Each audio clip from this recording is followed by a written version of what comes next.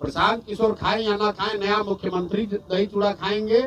बिहार में जनसुराज का मुख्यमंत्री एक अनेमार्ग पर बैठ के दही चूड़ा खाएगा और आपको भी निमंत्रित किया जाएगा, क्योंकि वो नीतीश कुमार का काल नहीं होगा कि मुख्यमंत्री आवास जो है वो सिर्फ उनके और उनके भूंजा पार्टी के लिए नहीं है, वो जनता के लिए है। सब आपको भी आमंत्रित करेंगे, आप भी आकर खाइएगा।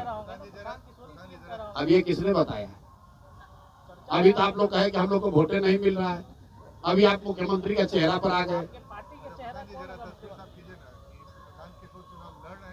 अरे भैया तस्वीर साफ अगर अभी बता दे कौन कौन चुनाव लड़ रहा है तो 9 तारीख के प्रेस कॉन्फ्रेंस का क्या मजा रह जाएगा।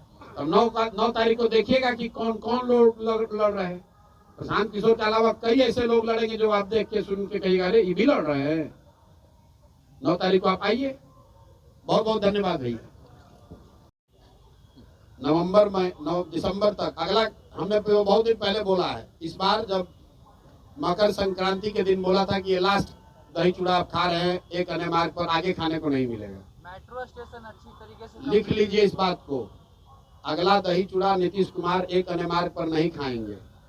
अगर खाएंगे तो आप आकर हमसे पूछ लीजिएगा। एक जमाने में जब लालू यादव बोलते थे तो पूरा देश सुना, आज प्रशांत किशोर बोलते हैं तो पूरा देश सुना।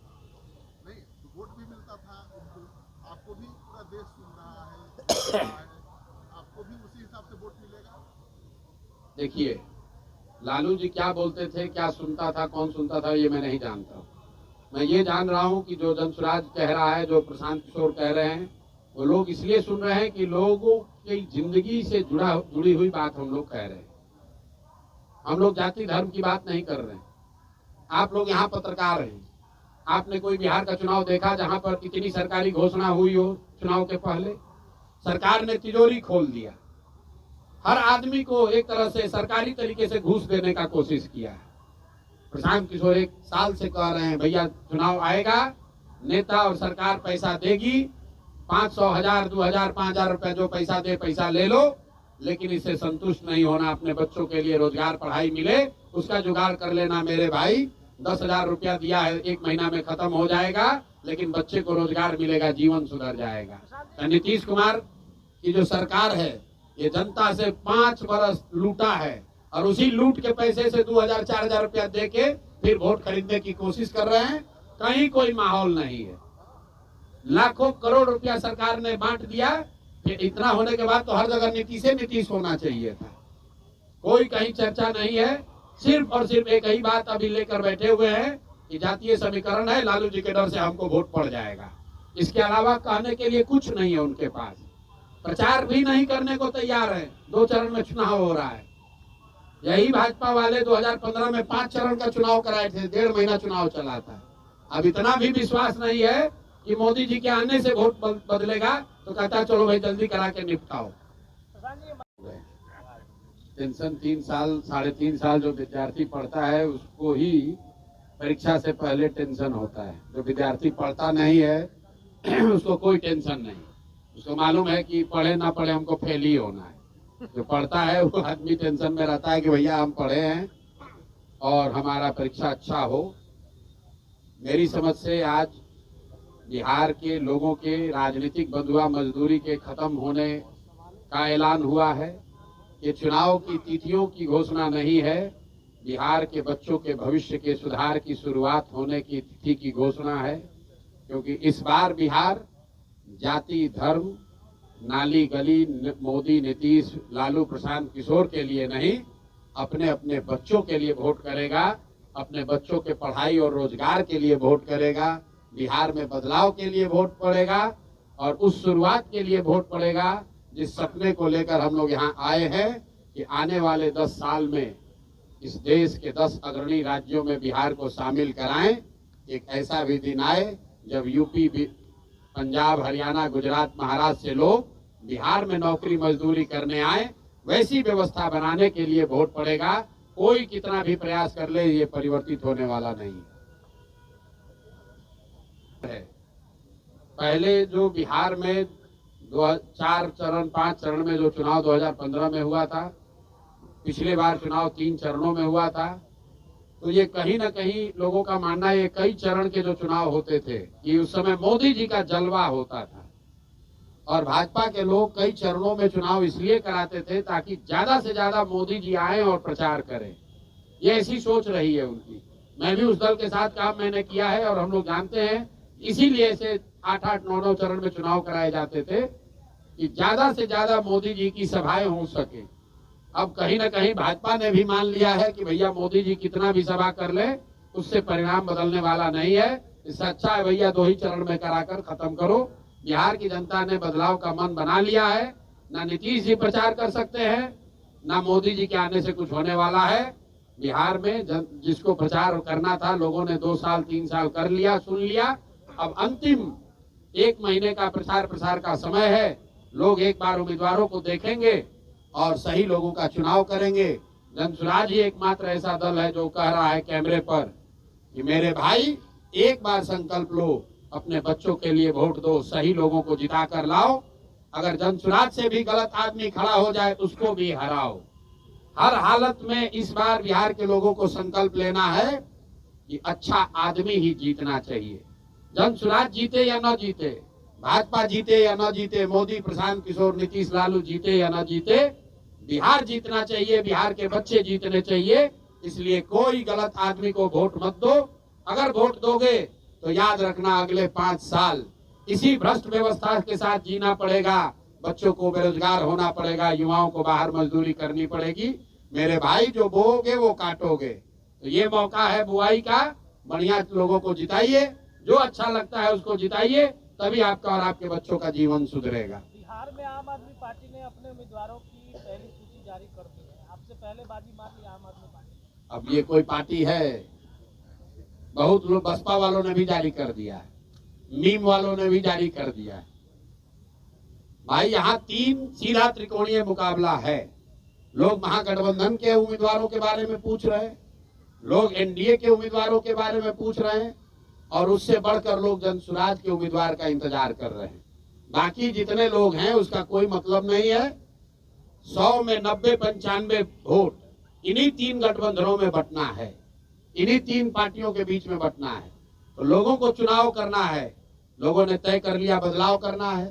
तो भैया भाजपा एनडीए तो गई, अब उनको चुनना है कि या तो 15 साल की जंगल राज की व्यवस्था को वापस लाना है, आकि नई व्यवस्था जनसुराज को बनाना है। निर्णय जनता को करना है। इस चुनाव को प्रशांत किशोर कितना चुनौतीपूर्ण मानते हैं? प्रशांत किशोर सारे चुनाव को चुनौतीपूर्ण मानते हैं। पढ़ाई, परीक्षा, चुनाव, युद्ध, ये इसको कम चुनौतीपूर्ण मानने वाले लोगों की हमेशा हार होती है। हम लोग सारे जो भी सामने चुनौती है उसको सीरियसली लेते हैं, उसके लिए ईमानदारी से प्रयास किया है, और जो प्रयास किया है वो समाज के सामने है, अब समाज पर है। अब हमारा जो प्रयास था वो करीब करीब अंतिम चरण में है। जनसुराज का प्रयास अंतिम चरण में है।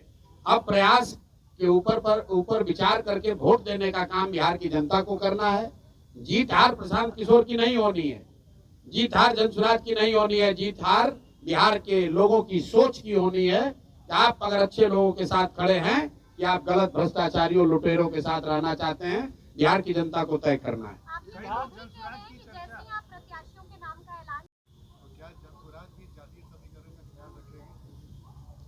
जातीय समीकरण का ख्याल रखने का मतलब क्या है? हम लोगों ने समीकरण दिया है कि जो आधे हिंदू भाजपा के खिलाफ, एनडीए के खिलाफ वोट कर रहे हैं, उन आधे हिंदुओं के साथ 20% जो मुसलमान हैं, उनका जो समीकरण है, सामाजिक राजनीतिक गठजोड़ है, वही जनसुराज का आधार है। अशोक चौधरी का चैप्टर क्लोज हो गया या फिर और भी खुलासा करेंगे? थाना में सुने हैं पानी पिला पिला के मारना, सुने हैं? तो इनको पहले एक बार बोले तो ये 25 करोड़ में टिकट खरीदे हैं तो मानहानि का ही हमको नोटिस भेजे थे। फिर इन पर जब खुलासा हुआ ये फर्जी तरीके से प्रोफेसर बने हैं, तो आप लोग के चैनल पर आकर बोले कि प्रशांत किशोर को सुप्रीम कोर्ट तक लड़ाएंगे। फिर इन पर जब 200 करोड़ के बेनामी संपत्ति का हुआ तो हमको 100 करोड़ का नोटिस भेजे हैं। तो फिर हम बोल रहे हैं कि अभी आगे और करेंगे, तो बेचारे अब डर के मारे लिख कर कह रहे हैं कि ना न्यायालय में नहीं लड़ेंगे, अब जनता के अदालत में लड़ेंगे। तो पानी इनको पिला दिया। जो सुप्रीम कोर्ट में लड़ने का दावा कर रहा था, वो डर के मारे कह रहा न्यायालय में नहीं, जनता की अदालत में लड़ेंगे। और जनता की अदालत में कहा कहीं चुनाव लड़ेंगे?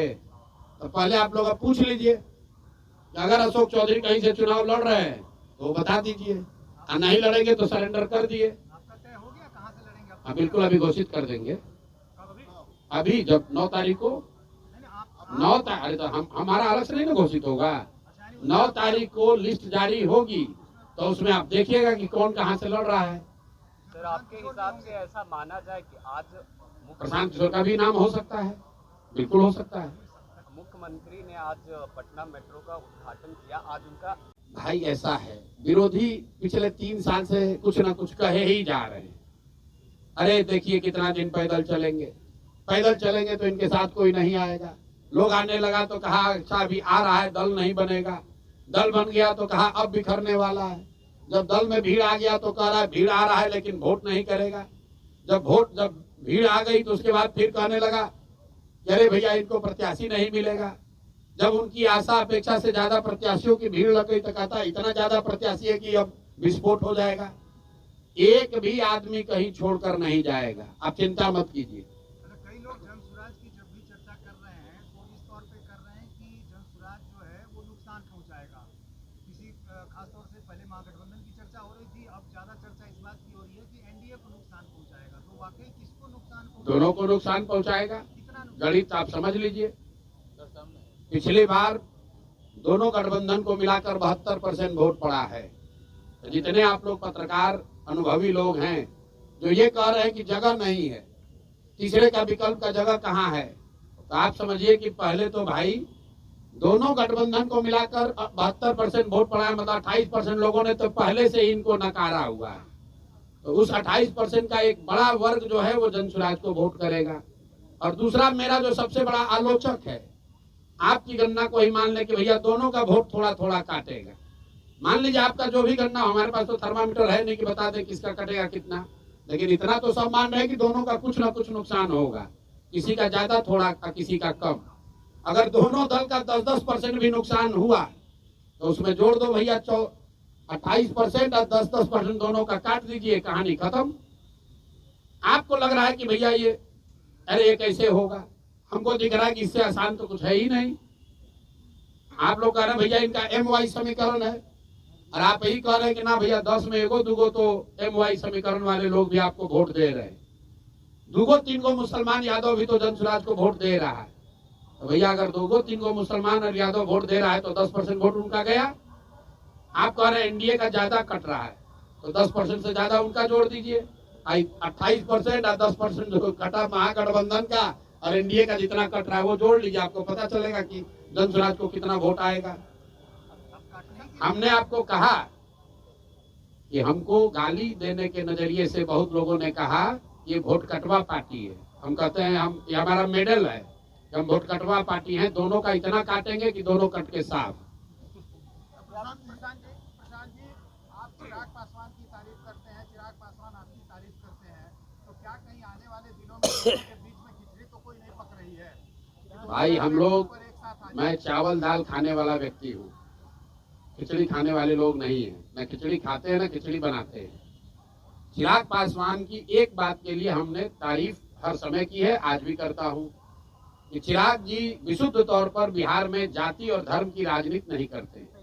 लेकिन इसके अलावा चिराग पासवान भाजपा के साथ लड़ रहे हैं। हमने कहा कि वो बिहार से राजनीति करते हैं, बिहार की राजनीति नहीं करते हैं। बिहार की बात करते हैं लेकिन बिहार की बात के लिए खड़े नहीं होते हैं। और अभी वो एनडीए में चुनाव लड़ेंगे तो हमारे आमने सामने चुनाव होगा।